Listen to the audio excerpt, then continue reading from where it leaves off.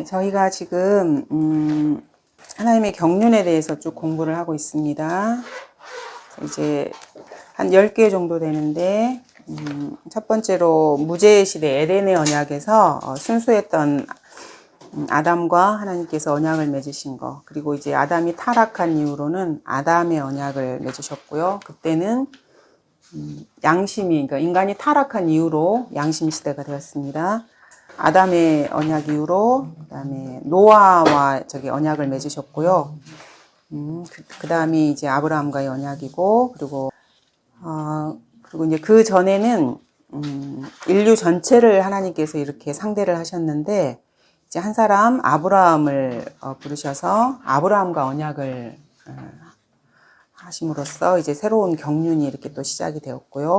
하나님께서 역사하시는 방식이 한 사람을 불러서 다수에게 주님의 뜻을 보이고 유익을 끼치는 방식으로 이제 바꿨습니다. 저희가 알고 있는 율법 시대는 모세의 언약을 통해서 이렇게 이루어졌고요. 그리고 모세의 언약 하에서 팔레스타인의 언약과 다윗의 언약 두 가지가 있는데, 팔레스타인의 언약은 땅과 관련된 이스라엘 민족과 관련된 언약이고, 다윗의 언약은 다윗 개인에 국한되는 것보다는 메시아와 관련된 언약이라는 것을 저희가 공부를 했습니다. 그리고 이제 유대인들이 복음을 거부했을 때 이 복음이 이방인들에게도 미침으로 인해서 새로운 언약을, 이 교회 시대와 주님께서 맺은 언약이 이제 뉴 테스트먼트의 새로운 언약을 맺은 거고요. 교회 시대, 지금 이 시대가 교회 시대죠. 그래서 저번 시간에 저희가 이 교회 시대까지 살펴보았습니다. 그래서 교회 시대가 무한정 계속해서 이어지는 것이 아니라고 했고요.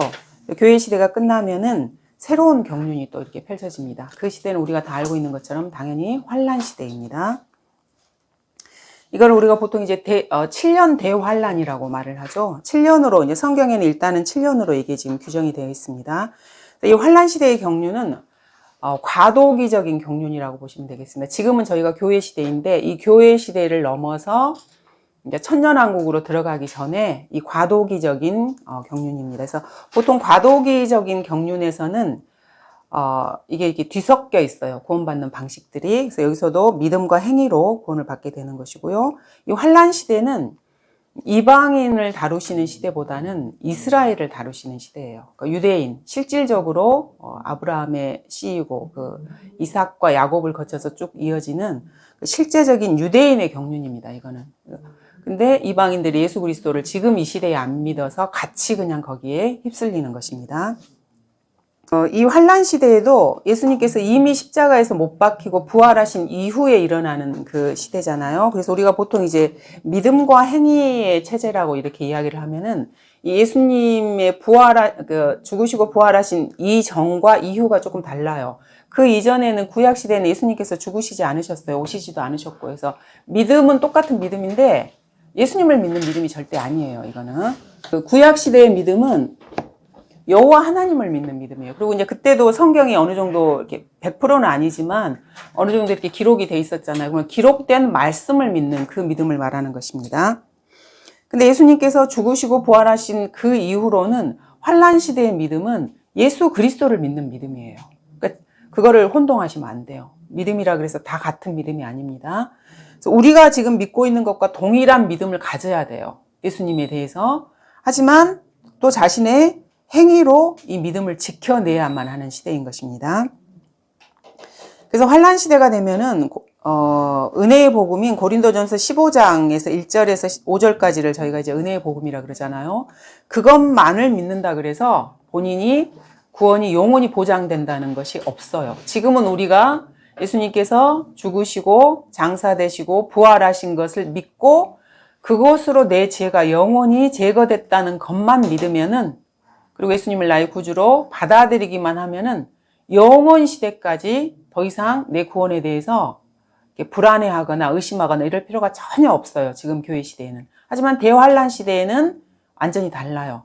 예수님을 믿었지만 우리가 동일하게 예수님이 죽으시고 이렇게 한 걸 믿고 죄가 용서된, 그거를 근거로 해서 죄가 용서되기 때문에 그걸 다 믿었지만은 그 대환란 시기에 적그리스도가 요구하는 것을 하면은 안 되는 거예요.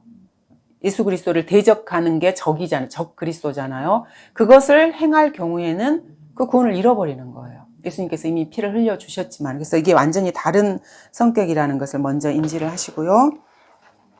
자, 이 대환란과 관련해서는 다니엘서에 이게 기록이 잘 나와 있습니다. 다니엘서 8장을 먼저 보도록 할게요. 자, 8장 13절하고 14절을 보시면은 그때 내가 한 성도가 말하는 것을 들었는데 말하였던 그 어떤 성도에게 또 다른 성도가 말하기를 매일 드리는 희생제와 멸망의 죄가 즉 성소와 군대를 내어주어 발 아래 짓밟히게 하는 환상이 얼마나 오래 가겠느냐 하니. 자, 이 말이 지금 무슨 말이냐면은 예루살렘 그 성전 있잖아요. 그거를 실제로 적그리스도가 지금 짓밟는 것에 관련된 이야기예요. 그러니까 이 기간이 얼마나 되겠느냐고 지금 묻는 것입니다. 그가 나에게 말하기를 2300일까지니 그때의 성소가 깨끗하게 되리라 하였더라. 지금 이렇게 말하고 있습니다. 이게 지금 다니엘의 70째 주와 관련된 이야기입니다. 그 다음에 9장도 한번 볼게요. 9장 25절에서 27절에도 25절에서 27절 보시면 그러므로 알고 깨달으라. 예루살렘을 복원하고 건축하라는 그 명령이 나오는 때부터 메시아 통치자까지, 여기 메시아 통치자는 예수 그리스도를 지금 말하는 거거든요. 7주와 62주가 될 것이요. 자, 7에다가 62를 더하면 69주잖아요. 그죠? 69라는 말입니다. 그 거리와 그 성벽이 재건되리니 곧 고난스런 때들이라.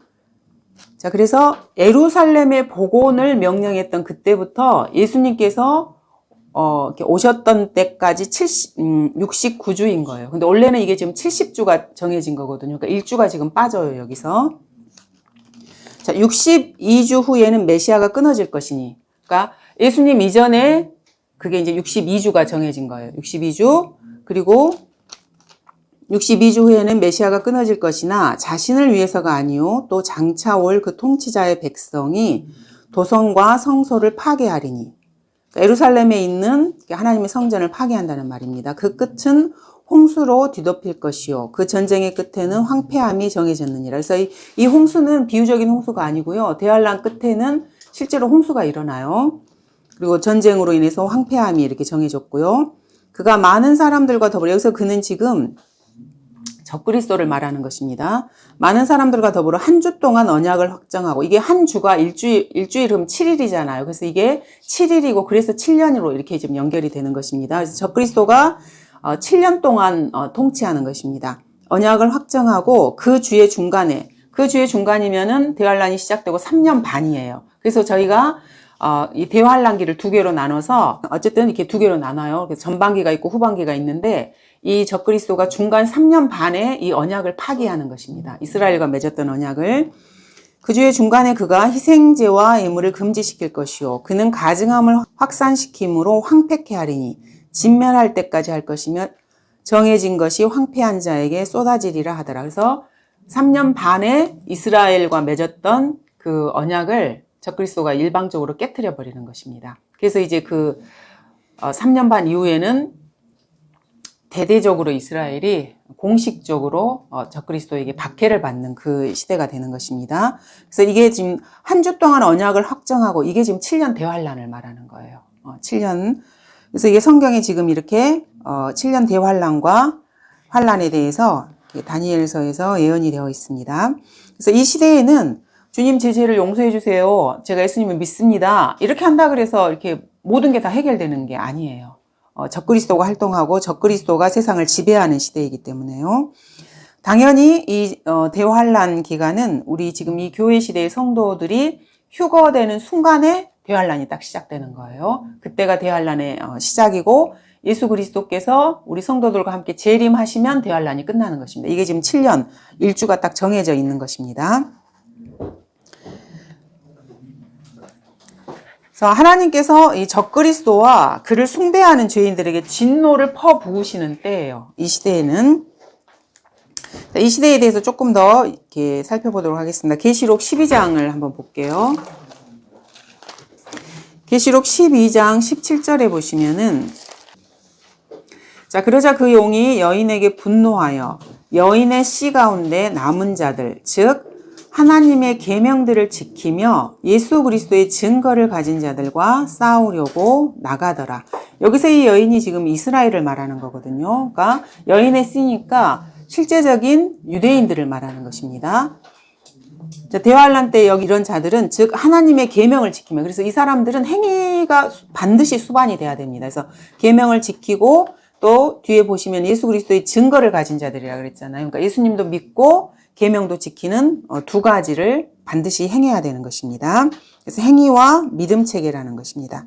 그리고 계시록 14장 12절에도 보시면 그 뒷부분에 보시면은 여기에 성도들의 인내가 있으며 여기에 하나님의 계명들과 예수의 믿음을 지키는 자들이 있느니라고 하더라. 그래서 성도들의 인내가 있고요. 하나님의 계명들 그리고 예수의 믿음, 이게 지금 같이 이렇게 포함되어 있습니다. 그래서 이것을 통해서 저희가 이 시대에 있는 행위와 믿음 체계라는 것을 이 성경 구절로 알 수가 있는 것입니다. 자, 그런데 지금 이 시대에 우리가 예수님을 믿기도 하지만은 계명도 지켜야 된다, 이런 사람들 진짜 많잖아요. 그런 사람이 너무너무 많아요. 근데 이 시대에는 율법을 지키지 않아도 돼요. 그러니까 율법 시대가 아니기 때문에 그렇습니다. 율법의 계명들을 지킬 필요가 없지만은 이 대환란 시대에는 반드시 믿음뿐만 아니고 여기에 하나님의 계명이라 그랬잖아요. 계명을 반드시 지켜야 되는 시대입니다. 그래서 우리 그리스도인들에게는 율법이 이미 예수 그리스도의 그 몸 안에서 이미 폐해진 거예요. 그러니까 이거를 여러분이 그 개념을 잘 알아야 됩니다. 하지만 이방인들에게는 양심을 통해서 아직도 율법이 살아 있어요. 그래서 모든 사람에게 율법이 폐해진 게 아니에요. 그래서 이방인들에게는 아직도 율법이 살아있기 때문에 그 사람들이 양심에 그 율법이 계속해서 찌르는 거예요. 이거는 죄고 저것도 죄고 이것도 죄고 저것도 죄고. 그래서 그 죄들을 찌르는 것으로 인해서 예수 그리스도를 보라는 거예요. 그리고 구원을 받으라는 것입니다. 그래서 그리스도인들에게는 율법이 폐해졌지만 다른 예수님을 믿지 않는 사람들에게는 아직도 여전히 살아있다는 것을 기억을 하셔야 돼요. 그래서 교회 시대에는 무조건 율법이 다 폐해졌다, 이거는 아니라는 그 개념도 알고 계시기 바랍니다. 그런데도 지금 이 시대에 기독교계에서 많이 그렇게 말하죠. 예수님은 믿어야죠, 당연히. 그렇지만 선한 삶도 살아야죠. 이렇게 항상 이렇게 꼬리표가 이렇게 항상 사람들이 많이 붙어요. 그리고 그러면은 이렇게 예수님 믿는다고 해서 제멋대로 산다 그래서 하늘나라 가면은 그거는 좀 이상해. 이렇게 생각하는 사람이 너무 많아요. 그리고 이제 구령하다 보면은 너가 하늘나라 갈 것 같니? 그러면 갈 것 같다고 또 말하는 사람도 있어요. 교회 다닌다는 사람들 중에. 그러면 어떻게 갈 것 같니? 그러면 착한 일하고 이렇게 나쁜 일을 이것도 하고 저것도 하는데 착한 일을 더 많이 하면은 하늘나라 갈 수 있다고 그렇게 막연하게 생각하는 사람들이 많아요. 대부분의 사람들이 그렇게 생각하는 것 같아요. 그러니까 잘 모르기 때문에 그렇습니다. 하지만 이 시대에 이렇게 그런 식으로 전하면은 이것은 갈라디아서 1장 8절에 따라서 저주를 받게 돼요. 다른 복음인 거예요. 우리가 지금 알고 있는 은혜의 복음과는 완전히 다른 저주받는 복음입니다. 그런 것은. 그래서 여러분들이 이 기본은 잘 아실 거라고 생각을 합니다. 그래서 이 대환란을 야곱의 고난의 때라고 불러요. 자, 요거는 한번 찾아볼게요. 사람들이 하도 교회가 환란을 통과하느니 어쩐 이런 말들을 너무나 많이 하기 때문에. 자, 에레미야서 30장 7절을 한번 보도록 하겠습니다. 대환란의 공식적인 명칭이 야곱의 고난의 때예요. 여러분 아시겠지만은 야곱이라는 이름을 하나님께서 이스라엘로 바꿔주셨거든요. 그래서 이스라엘, 그럼 이게 야곱의 이름이에요. 그래서 야곱의 고난했다라는 말은 이스라엘의 고난했다라는 말입니다. 그래서 우리 교회하고는 전혀 상관이 없습니다. 근데 이런 것들을 모르는 사람들이 우리 이 시대의 그리스도인들이 이 고난을, 대환란을 통과한다는 그런 말을 자꾸 하죠. 7절 보시면 슬프도다. 그날이 크므로, 그래서 크기 때문에 대환란인 것입니다. 크므로 어떤 때도 그와 같지 않나니 그날은 야곱의 고난의 때라. 이게 딱 명시가 되어 있습니다. 이 말은 이스라엘의 고난의 때라는 말이에요. 이스라엘을 위해서 대환란이 존재하는 것입니다. 그러나 그는 그 고난에서 구원을 받으리라. 그래서 어쨌든 야곱의 고난의 때, 이스라엘의 고난의 때라는 것, 교회는 절대로 이 대환란을 통과하지 않는다는 것을 기억해 주시기 바랍니다. 그래서 유대인, 즉 아브라함의 육신의 씨로 태어난 사람들이 이 대환란에 던져지는 것입니다. 그래서 이 기간을 바로 다니엘의 70째 주라 그래요. 아까 저희가 다니엘 그 앞쪽에서 69주가 이렇게 정해졌는데 한 주가 지금 빠졌잖아요. 그래서 그 사이에 69주하고 이 한 주 사이에 이 교회 시대가 지금 들어간 거예요. 그래서 구약의 선지자들은 이 교회 시대를 보지를 못했어요. 그래서 이렇게 예언의 산봉오리라고 이렇게 이렇게 들어보셨을 거예요. 이렇게 예언의 산봉오리가 이렇게 있으면은 한쪽이 초림이고 한쪽이 재림이에요. 그러면 골짜기 아래에 교회 시대가 있는 거예요. 근데 구약에서 바라보면은 초림과 재림이 이렇게 보여요. 그러니까 예언했던 구약에서 예언해. 근데 이 교회 시대가 안 보이는 거예요. 그래서 사람들이 이 초림과 재림이 같이 이렇게 한 구절에도 섞여 있고 이렇게 하기 때문에 오해를 하는 거예요. 이게 뭐 같이 있는 사건이라고 생각을 하든지. 하지만 성경은 나누어서 공부를 해야 되기 때문에 한 구절에 있더라도 초림과 재림을 나누고 그 사이에 교회 시대가 있다는 것을 여러분이 아셔야 됩니다. 그래서 이 교회 시대는 아주 특별한 시대예요. 아주 특별한 시대입니다. 그 부분은 저희가 저번 시간에 교회 시대를 다루면서 좀 살펴보았습니다. 그래서 69주하고 한 주 사이에 이 교회 시대가 지금 끼어 있는 것입니다.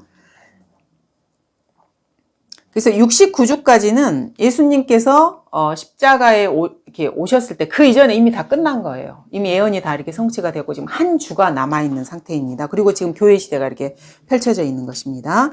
그래서 교회 시대가 끝나면 바로 이 70번째 주, 이때가 지금 시작이 되는 거예요. 이게 대환란인 것입니다. 이거는 유대인 보시면은 유대인과 관련이 돼 있고요. 그 다음에 이거는 예루살렘과 관련이 있는 것입니다. 우리 교회 시대하고는 전혀 상관이 없습니다. 아까 저희가 다니엘서를 봤었죠.